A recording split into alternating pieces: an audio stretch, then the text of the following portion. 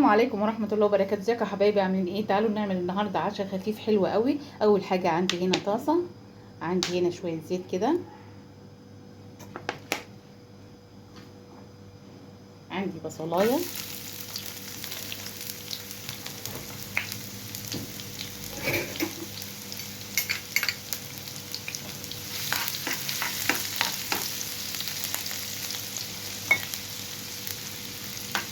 بسيبها بس تصفر شوية.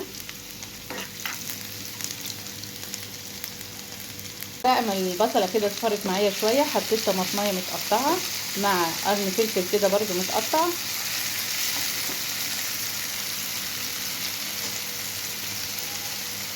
عندي هنا معلقة صلصة،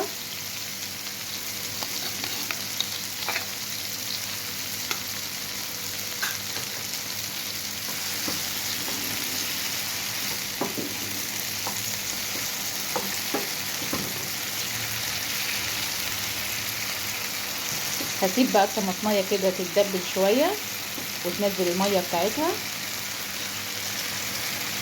عندي بقى هنا فول، بسم الله الرحمن الرحيم.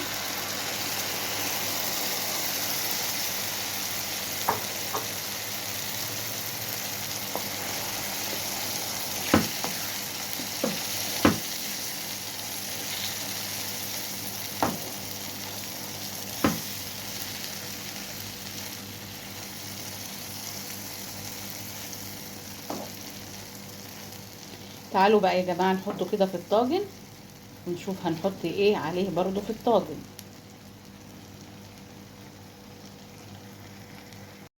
عندي بقى اول حاجة كده معلقة ملح،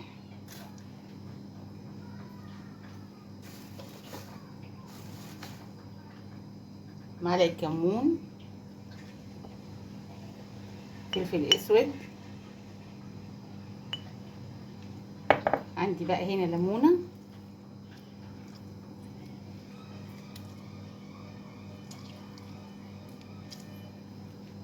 اقلب بقى كله كده.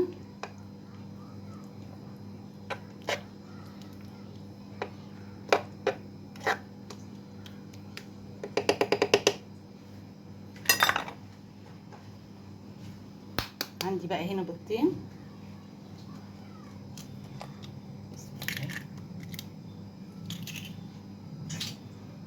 عشوة خفيفة ولذيذة مع كده شوية بابا غنوج، هتبقى احلى اكلة. عشوة حلوة كده او فطار. هدخله بقى الفرن واغطيه كده بورق ألمونيوم واطلعه لكم بعد ما يستوي.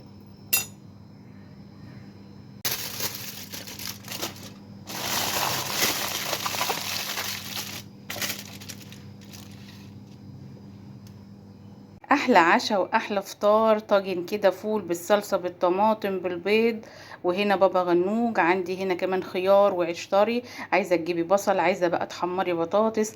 احلى عشاء واحلى فطار لاحلى ناس.